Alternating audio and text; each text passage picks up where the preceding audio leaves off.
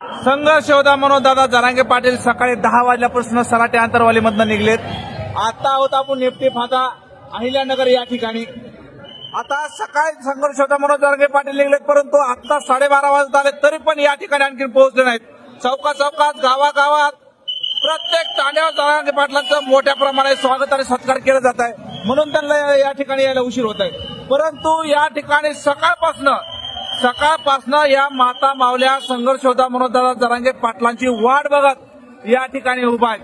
आपण सकाळपासनं या ठिकाणी आहात, तुमचे पाय थकले नाहीत का? तुम्हाला थकवा जाणवला नाही का?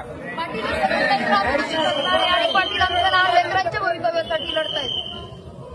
पाटलांच्या पाठीमागे थकणं हे काय असतं हेच आम्हाला कळत नाही। पाटील जेव्हा जेव्हा आवाज देतील तेव्हा आम्ही तत्पर आहोत। आरक्षण घेतल्याशिवाय काय म्हणतात ताई? तोपर्यंत आम्ही आरक्षण घेत नाही, तोपर्यंत आम्ही थकणार नाही आणि माघार घेणार नाही।